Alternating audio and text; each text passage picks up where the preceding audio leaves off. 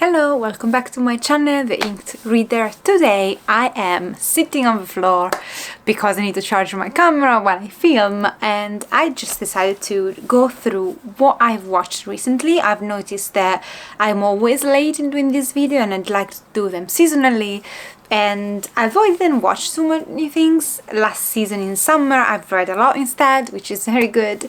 I thought I'm just gonna do it these not too late when autumn fall starts. So without further ado, I'm gonna guide you through the things I have watched recently. And because there are not so many, I don't really need to put them in categories, if it makes sense. If there were more, I would. Okay, so the first thing I have watched since the last time I've done this video was actually the last 007, No Time to Die, which is a bit of a joke as a title. We won't give you any spoilers, but I've been a fan of 007 saga since I was a child. Since I could understand, I liked them because my mother was obsessed with them. No, not obsessed, but she really liked them, so I always watched them growing up. And I have to say that this actor, I really enjoyed him. I thought it was such a good 007. And this movie was extremely long, but it didn't feel that way, which is always positive when you got a movie that's more than 2 hours long. It was action-packed, and it broke me in the end. I was generally, honestly upset about the end, and I'm not saying that I didn't like it. I thought it didn't make a lot of sense, but I'm also sad and upset.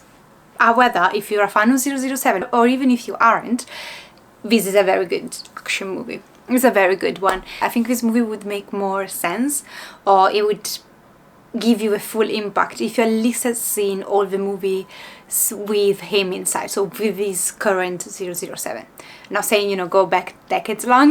No, I didn't watch the ones that were out before my mom found out about them, but I think it would impact you way more if you'd watched all of his movies. Then I watched on Netflix My Octopus Teacher, and they told me when you watch this you're gonna cry, and guess what, I did.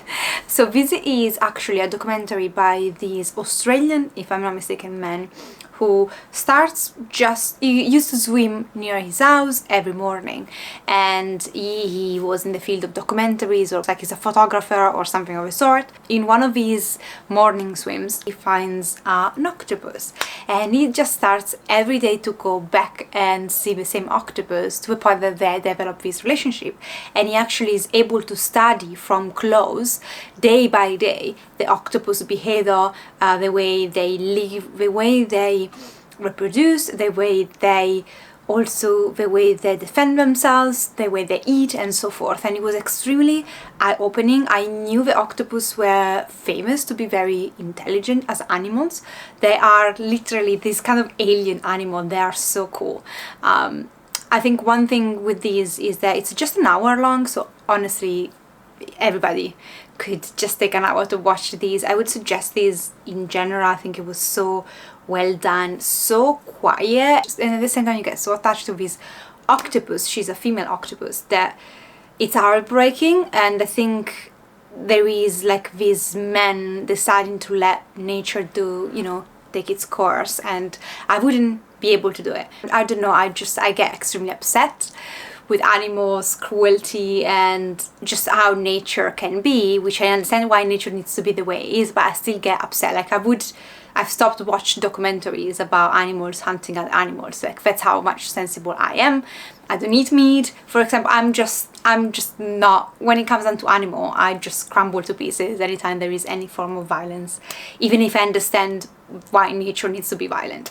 And so for me this was very hard, and I couldn't put myself in his shoes of letting nature do it, you know, take its course, because I know I would never be able to do it. But at the same time I am very grateful that we do have people like him doing documentaries. I love watching documentaries, and this was so educative. Like it taught me so much about octopuses, and I'm just fascinated by them. And yeah, it was an amazing one. Then I watched another documentary, which actually I don't know if because I just watched it after the octopus one or for whatever reason. I think I was half sick that day and I just was dozing off, so I didn't really pay too much attention, but overall it's one of those that I think it was done okay, but it wasn't the best, and that was fantastic fungi on the notions that were passing on, so on the nature of fungi and, you know, mushrooms and all kinds, and all of that was very fascinating. But the way it was done, I think it was a bit dull. I don't know, I think it could have been done better. However, it was very fascinating because they also explain the science of psychedelics and, you know, how psychedelics can be used for doing good as well, which is something that I am still very much on the fence about, but this definitely gave me a solid initial base to where maybe I want in the future find out more. Maybe I'll change my mind, maybe I'll be less against it, because this was very fascinating on that side, and so for that I am grateful. And I think if you're interested in that, and it's still worth your time, it's just a bit more dense, but fungi, they were beautiful, like, oh, the pictures, beautiful. I binge watched, as many of us did, The Summer I Turned Pretty, and I think it has to be given the context of me reading this book in my early 20s, I think, and then many years passed, almost a decade, and then I decided to watch these and I literally couldn't stop. And I think the fact that I love The Summer That I Turned Pretty not more, but like my attachment to that trilogy is stronger than, for example, to All the Boys I've Loved Before. And I've read that trilogy before The Summer Turned Pretty, is that the idea of having this house in the summer near a lake where you just go with family or friends, in this case, it's something that reminds me of my childhood when I used to go to the lake house with my cousins. They would rent a house throughout the summer and I would spend a few days there. This went on for not many years, but were the years where I was between 13 and 15, so they were very formative teenage years, first crushes and so on, so I could relate so much to everything was going on. I was with my cousins in the house, so we didn't have like drop dead gorgeous guys around in the house like Belly has, so it wasn't the same, but the same thing of friendship and going to the lake together and nights out and parties, and just, you know, me and my cousins having, you know, being teens, having first crushes on boys and meeting boys, and all of that stuff reminded me so much of my early teenagehood. That's why probably I love this so much. I'm Team Jeremiah, guys. Like, I've always been Team Jeremiah, and I think I don't want to spoil this for anybody who has not read the book in this case, but I'm just saying I'm Team Jeremiah, so I don't want to say if I'm happy or not happy with how the trilogy ends. But if you know that I'm Team Jeremiah, you know how I feel. So that I think this was done so good. First of all, the actor that I got for Jeremiah was just like gorgeous. Like, it was outstandingly gorgeous to just look at. So thank you whoever gave us the actor that made Jeremiah. Sorry, I don't know the names. I'm horrible with names.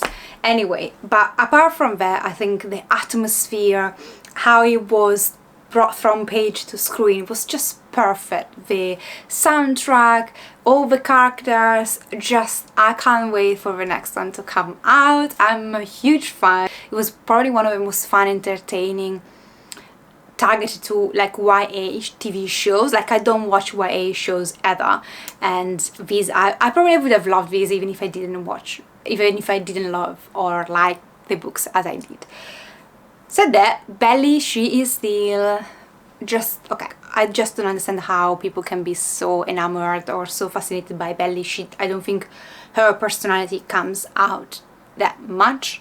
I think, for example, Laura Jean as main protagonist of Other Hands book is way more impactful than Belly is, which was the same. I did like the actress. It's nothing to do with the actress. She did an amazing job. It's just her character doesn't bring much, doesn't add much. So for me to understand how come like all these boys are in love with her, it just baffles me a bit. It was a perfect package of YA with teen angst and parties and romance, friendships, and even adult friendships and heartbreak. Just perfect. Then I actually went to the cinema to watch Thor: Love and Thunder, the new installment in, you know, the Thor saga from Marvel. And okay, so that's how it felt. It felt like a parody of Thor. Like, it felt like, sorry, my feet are killing me, I need to do this. So it felt like I was watching a parody of Thor, the movies.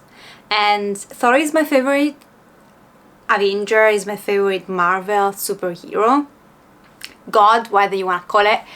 I love Thor. I loved all the movies so far. This, I was sour at the end. I was very disappointed, and although I laughed, and although I always loved Thor because of the comic relief and the amount of comic relief that was in the saga, there was in the previous movies always a right balance between Thor kicking asses, Thor being fun, or characters that just provided the comic relief that we needed, but it never felt ridiculous. This felt ridiculous. This felt like a huge joke. Like, why butcher Thor in this way? Why? A lot of things didn't make much sense.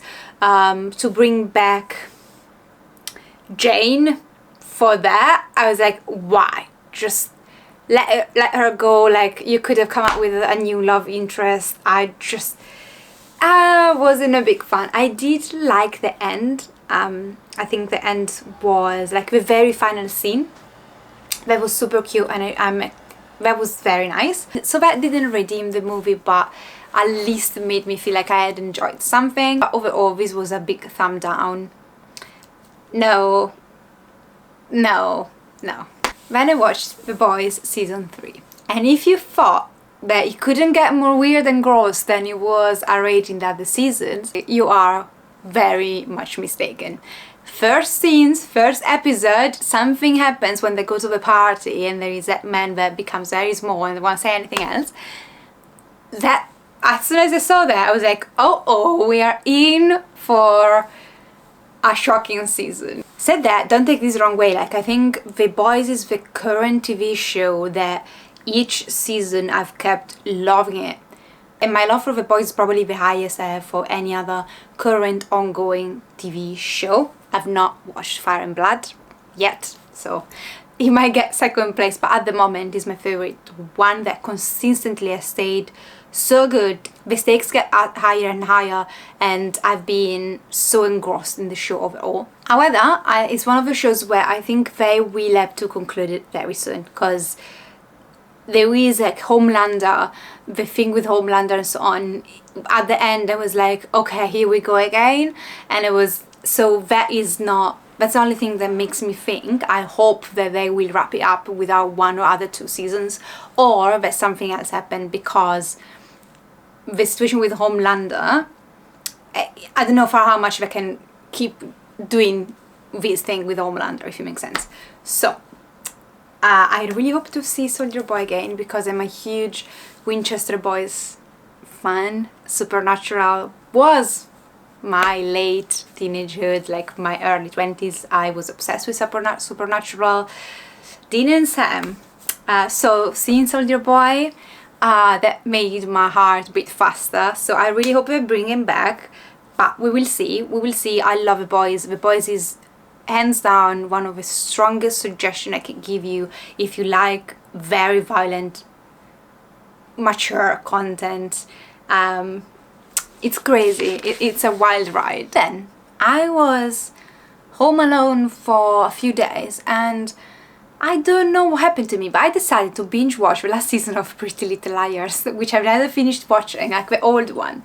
And I am actually very glad that I did. And this brought so many memories back, and memories of when I used to binge watch shows that I don't do anymore, and all of those atmospheres and those kind of characters, you know, those TV shows like Gilmore Girls, like where it's not only the characters, but it's Stars Hollow, the city, it's them.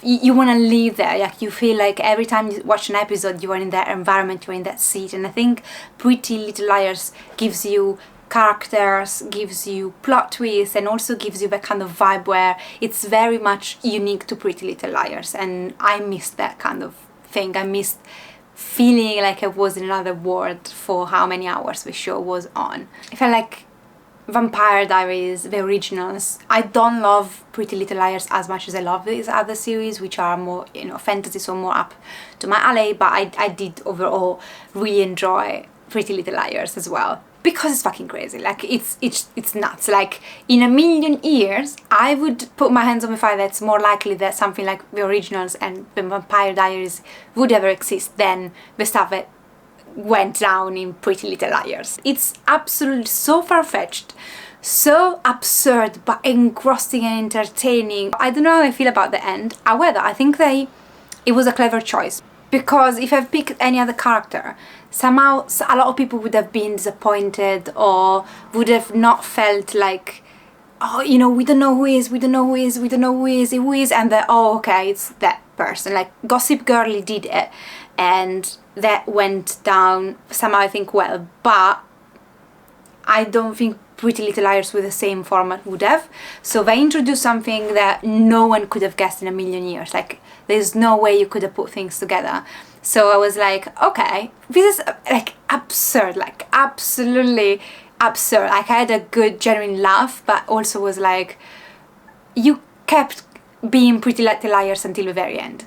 And then I watched a true crime documentary, which I have stopped lately watching them, but I'm a huge fan of them and I've watched millions of them. This one was Girl in the Picture, and this was a very, very hard watch. I think it's 2 hours long or something of the sort, and I said I'm gonna watch 30 minutes and then go back to read, and then I just finished it. I couldn't stop it. And this is a story of this girl. She's found beaten up and then she dies later on in the hospital, and basically when her father goes there, people start thinking that something is very off with this man, and there is this big question of who this man is.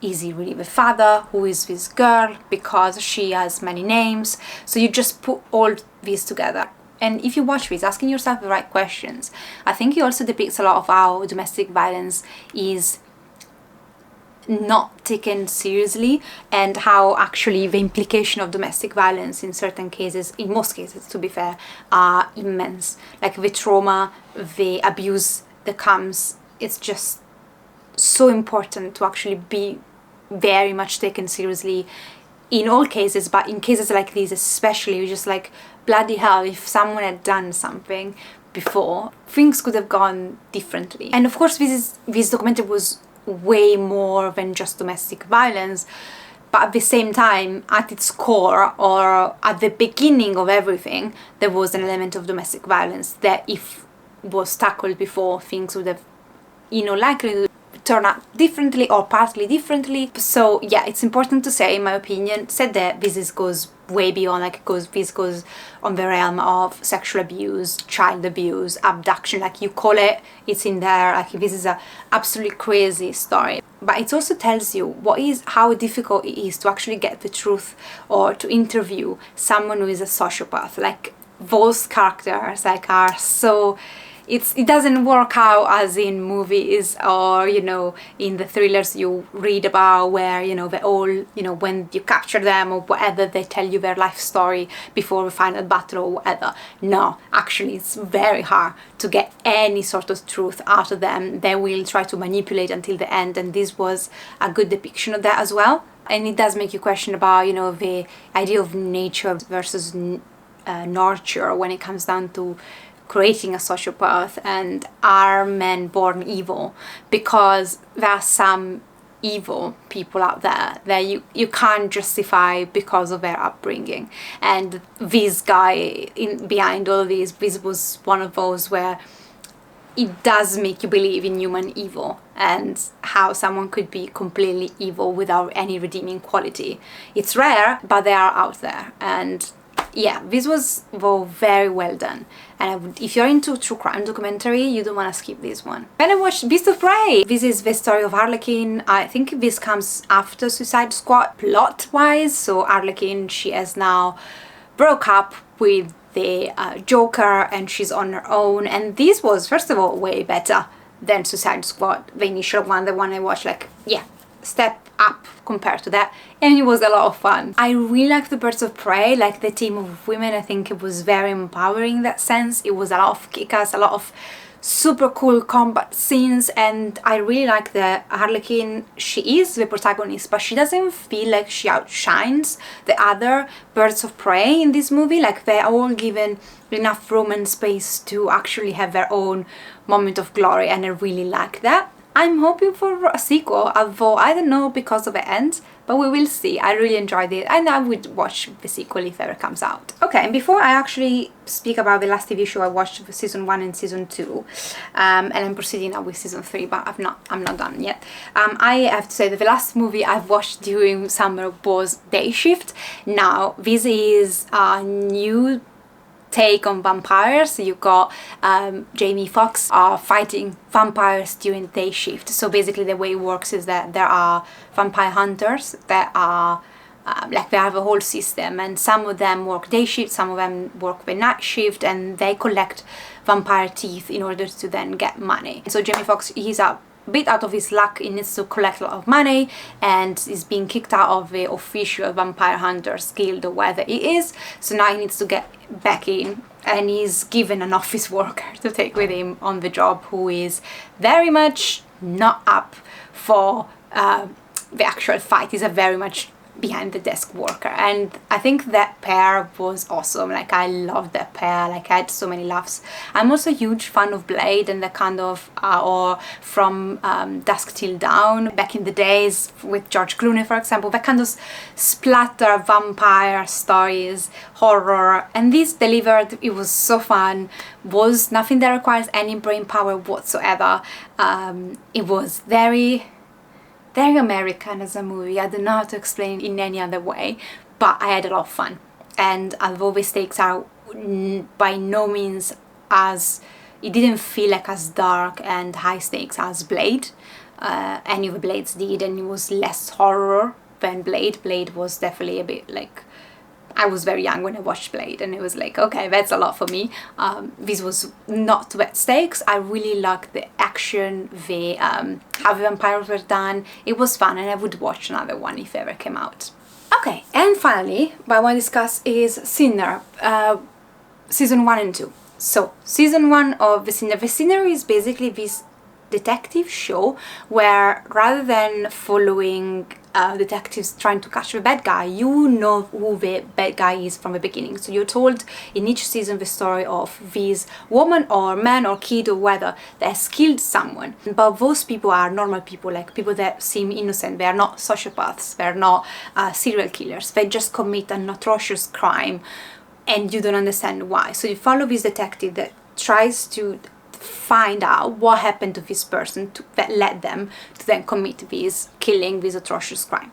And I have to say that the first season I didn't love it, and actually the more I think about when they put all the pieces together and find out why this woman had done what she'd done without giving any spoiler whatsoever, I thought it was a bit bullshit. And I'm just talking about the actual explanation and the story behind, because performances, the tension, the atmosphere that's created, it was very fascinating, to the point that I've continued on with the series because I do like this format. I think it's very innovative for, you know, the usual detective stories that we follow. Like, we know the bad guys, but we don't know why, we don't know what happened, and then these crazy stories unfold. I just thought that in the first season the story behind was a bit far-fetched to the point that I just didn't like it. I thought it was a bit absurd. It just didn't, if you put all the pieces together, it just doesn't stand up like as a case. It's like, it doesn't make sense whatsoever. And yeah, so if you watch this, tell me in all good conscience, does it make sense?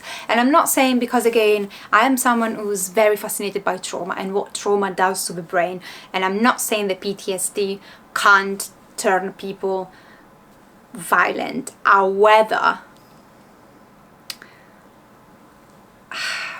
however, in this way, like this, I don't know. I don't know. I was skeptical, and maybe because I just, when I put pieces together and all came out, I was like,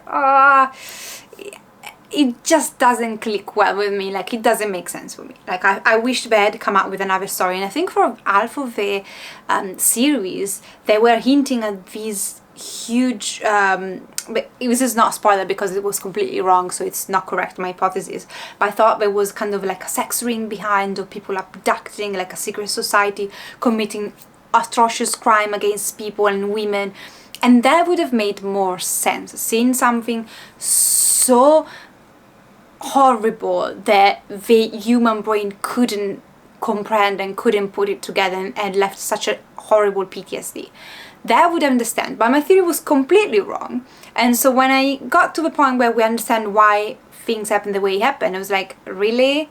Like, it doesn't make much sense. And it didn't also make sense that people got away for how long they did, or people disappeared without people. No, like the parents, there are like a couple of parents in these, and they are obsessed with someone, and the fact that they just let it go like they did without raising hell doesn't make sense. Anyway, I don't want to give spoilers, but if you put things together, in my opinion, the Sinner season 1 doesn't make sense.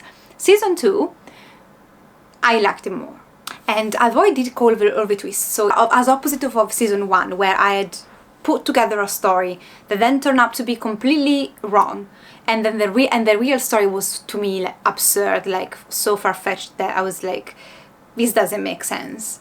In season 2, I could call the twists before they were coming, but it was done in a way that made more sense. So how the story unfolded, although I could kind of see it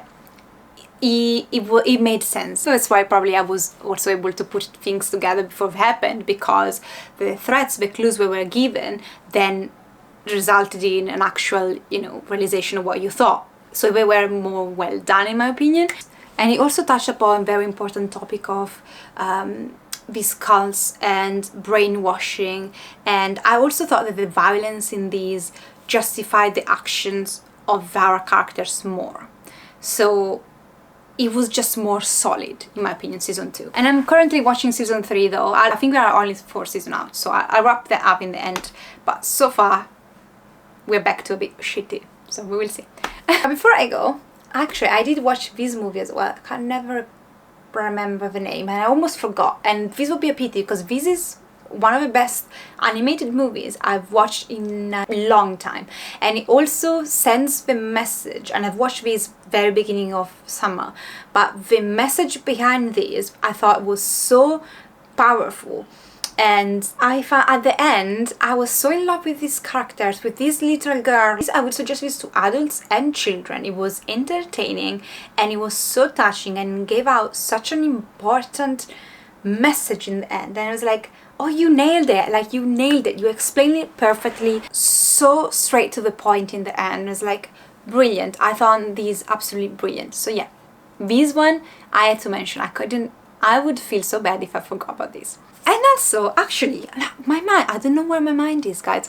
I've also watched the first season of My Hero Academia, and I loved it. I thought I wouldn't, because of, like, I'm more into, I don't know, Attack on Titan kind of stuff. While here, I was like, oh yeah, I had to do some ironing, and I found the first season on Netflix. It's like, okay, let me see this, because I had attempted Fruit Basket and gave up very toward the end, and just like it's a bit boring for me. So I was like, let me try My Hero Academia. I've heard good things, but the format didn't appeal to me. But why was I wrong? I loved My Hero Academia, and I am continuing on, definitely.